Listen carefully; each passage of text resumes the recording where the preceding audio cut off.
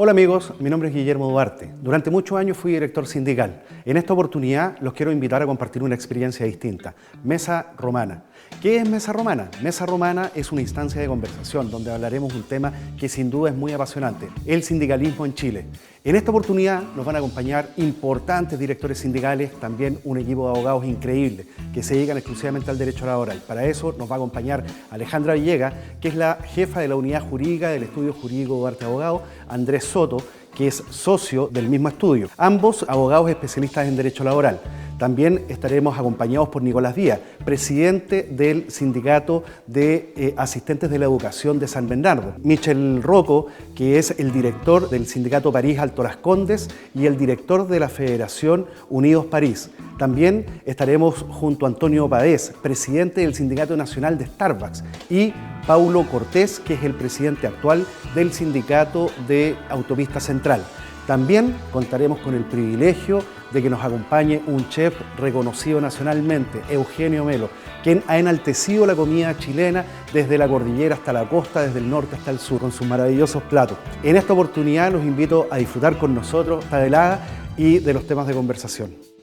Buenas noches. Los quiero invitar a tomar asiento, por favor. Una entrada es la base de un buen menú, así como también un estatuto es la base de un buen sindicato, ¿no? Los quiero invitar a que lo disfruten. Esto es un salmón que está sellado, tiene encima una pequeña costra de cochayuyo y está acompañado de un puré de coliflor a la naranja. Este plato está compuesto con un filete de cerdo que está relleno con morillas. Espero que disfruten esta negociación sindical. Muchas gracias.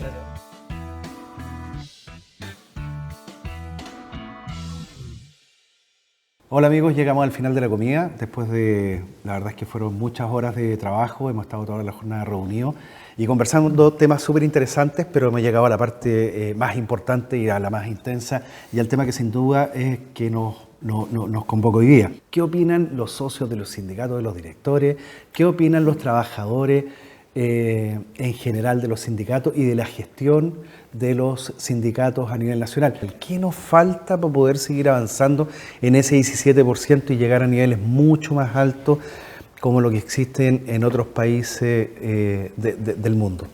Me gustaría, por favor, Antonio, parte tú. Yo creo que son varios factores, como en todo, pero hay dos factores que yo creo que son sobre todo muy importantes.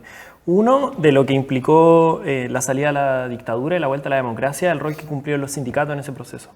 Y cómo el periodo de la transición encontró a los sindicatos y a los dirigentes sindicales en un momento histórico muy difícil, porque vivíamos en un Chile que venía de una politización muy alta y que se fue despolitizando, digamos, con el tiempo, como fue una política igual consciente que se implementó a través del Código Laboral y que obviamente eso le quitó un rol social a los sindicatos y se fueron volviendo meros administradores de muchas veces beneficios o achicando, digamos, la cancha de acción de los sindicatos y que a la gente le hicieron perder sentido. Yo creo que tiene que ver mucho con lo que decía Antonio, respecto a, digamos, un desarrollo histórico que han tenido las organizaciones sindicales que, por una parte, ha costado que puedan proliferar mucho y la legislación tampoco ayuda mucho porque tiene a los trabajadores divididos por las empresas.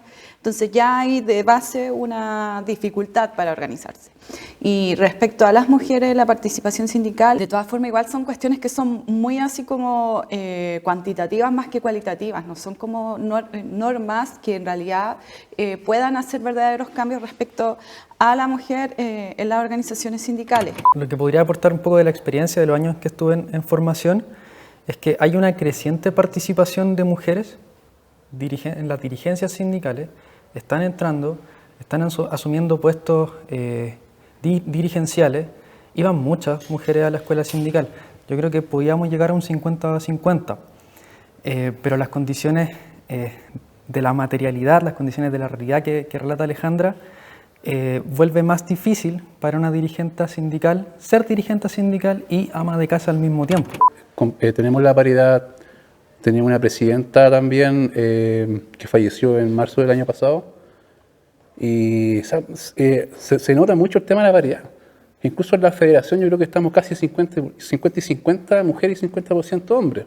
Incluso viendo de la parte administrativa de la empresa, hablando de gerencia, son 8 mujeres y un hombre.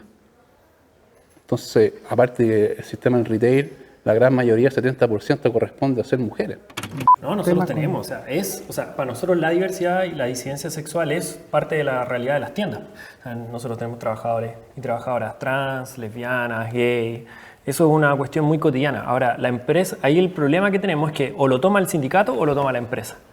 Y las empresas como Starbucks, justamente, que son en lo que en Estados Unidos se llama gay friendly, empresas donde se le da espacio a la diversidad para que se exprese, no hay coerción, ningún tipo de traba, digamos.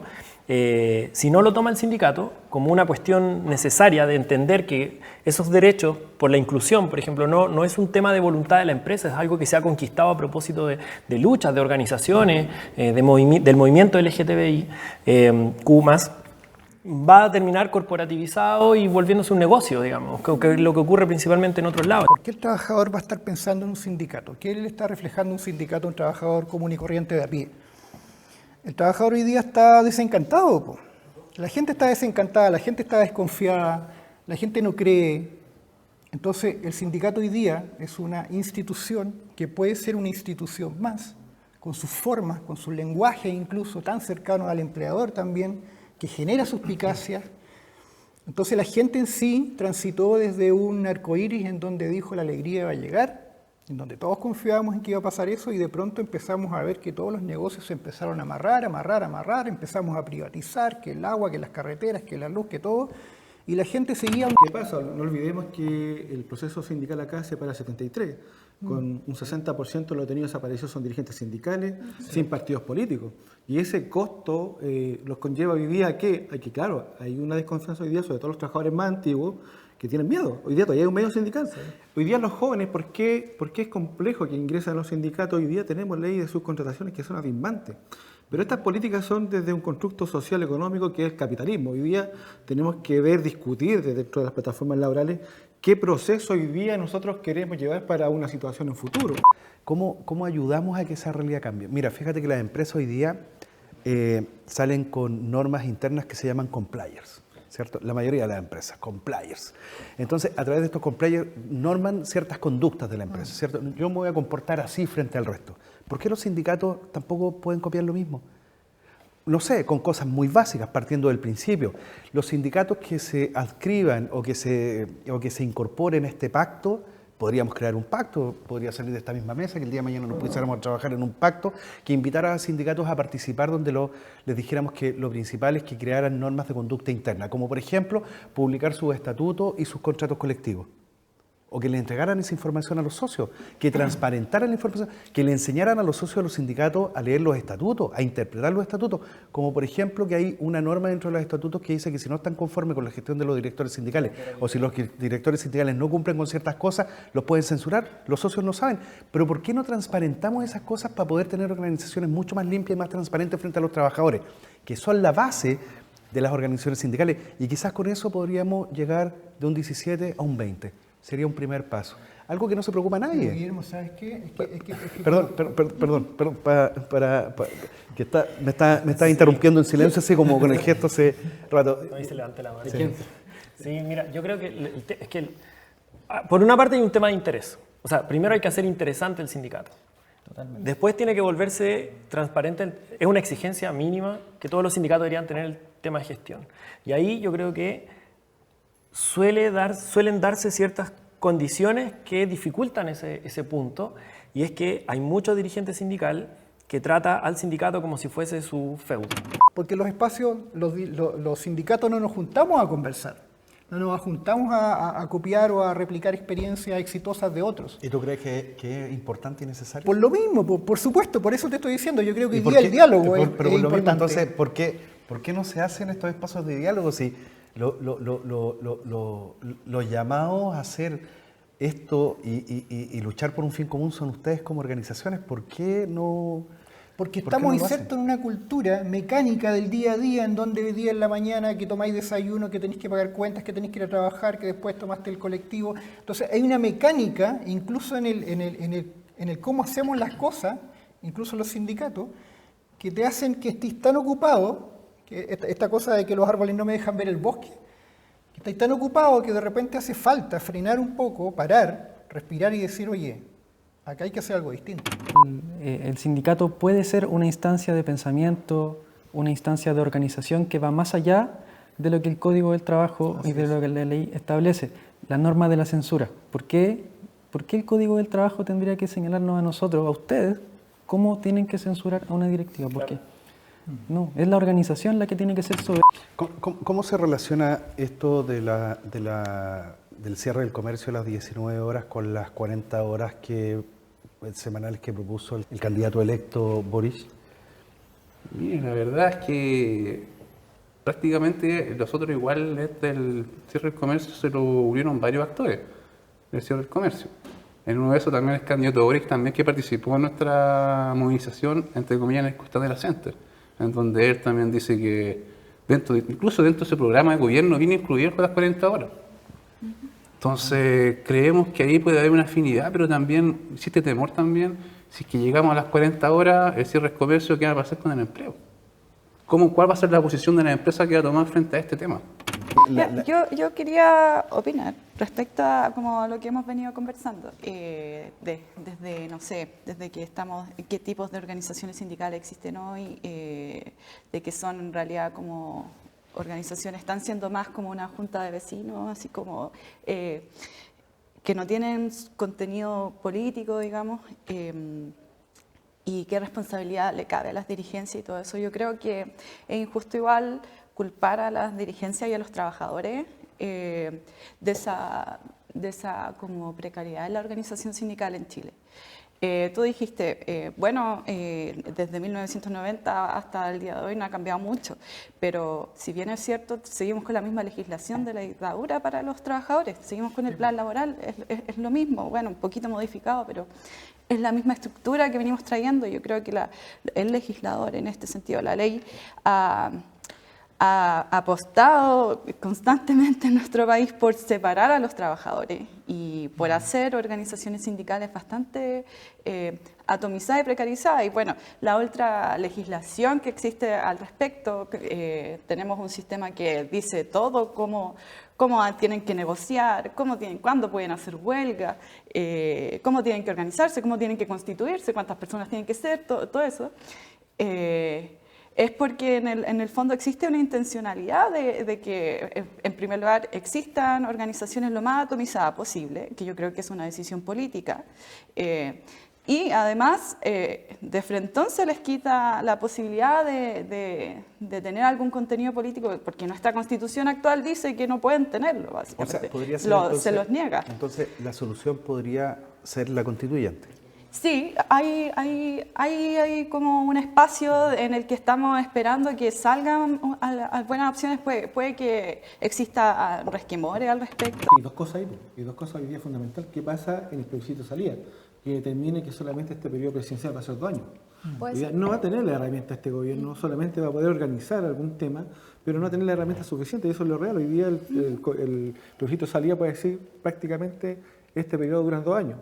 Pero también tiene que ver con lo que dice Alejandra, el tema de las leyes laborales. Satanizar cualquier intento de organización, de algo que sonara política. Y el sindicato es, obviamente, un espacio de organización política, político-social, y más encima en un sector tan complejo de la sociedad como es los espacios productivos, que finalmente, por eso tiramos la talla antes es que la economía no podía hacer muchos cambios. Y ahí yo sí creo que hay una responsabilidad de los dirigentes sociales, porque de la vuelta a la democracia hubo un pacto entre los dirigentes sindicales con los partidos de la concertación, donde se dijeron que se iban a aceptar lo que se iba a poder hacer. La gran responsabilidad para mí de que hoy día exista el Código Laboral, porque eso no es algo que salió así como de un árbol y no podíamos hacer nada porque eso no existiera. Para mí hubo una decisión de los partidos que dirigieron el movimiento de trabajadores durante la transición de no pelear esas cosas, de no tirar abajo las reformas estructurales que posibilitaron que hoy día la situación del movimiento sindical esté como esté. Pero yo creo que estamos en un periodo de transición muy fuerte, donde hay una alta expectativa, particularmente de un sector generacional que no le tocó vivir eso, que no vivió ese pacto y que lo entra a cuestionar con fuerza. Para mí no es casual que hoy día la generación que se va a tener que hacer cargo del gobierno es la generación que viene de la lucha estudiantil. Son los constituyentes. Hoy día hay un alto factor de gente que se movilizó el 2006, el 2011, que explotó el 2019 ya en la adultez. Y ahí insisto con esto, para mí el problema es que los sindicatos no están viendo ese factor y que lo toman como una cuestión personal de jóvenes contra viejos cuando no se trata de eso. Se trata de que los viejos, pues yo ya soy viejo, o sea, digo, no, empecé joven, empecé a los 22 años y ya tengo 35 y puede ser que no sea tan viejo, pero para esa generación yo ya soy un viejo. Y es inevitable que eso ocurra, pero el punto es, yo me voy a parar a decir, ¿le voy a dar este espacio a los cabros para que peleemos juntos? ¿O simplemente me voy a contentar con decir, yo ya peleé lo suficiente, ahora que otros se hagan cargo? Yo creo que ahí hay un cambio de paradigma muy difícil mental. Y sobre lo último, lo del gobierno y todo esto, para mí hay una expectativa. Pero no sé si la clave va a ser esperar pasivamente a que el gobierno cumpla su programa, porque si vamos a esperar pasivamente a que el gobierno cumpla un programa, digamos, nos va a pasar lo mismo que pasó durante los 90. No, es que está la derecha, no, es que está el binomio, no, es que está no sé qué cosa. Siempre va a haber una excusa. Siempre va a haber una excusa. Entonces, la fuerza de los cambios va a venir ¿de dónde? Para mí el estallido social es la demostración de eso. Si los sindicatos, si los sectores sociales, como los estudiantiles, de verdad confiamos en nuestras propias fuerzas para generar esos cambios, es el único mecanismo. Pues nosotros no tenemos las armas, no tenemos el poder judicial, no tenemos esas cosas.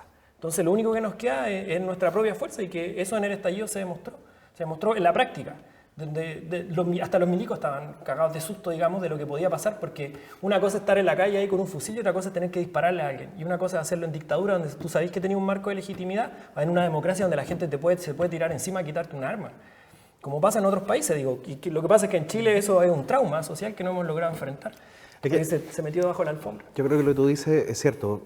La gran interrogante es, ¿seguimos esperando pacíficamente que las cosas cambien o somos... Pasivamente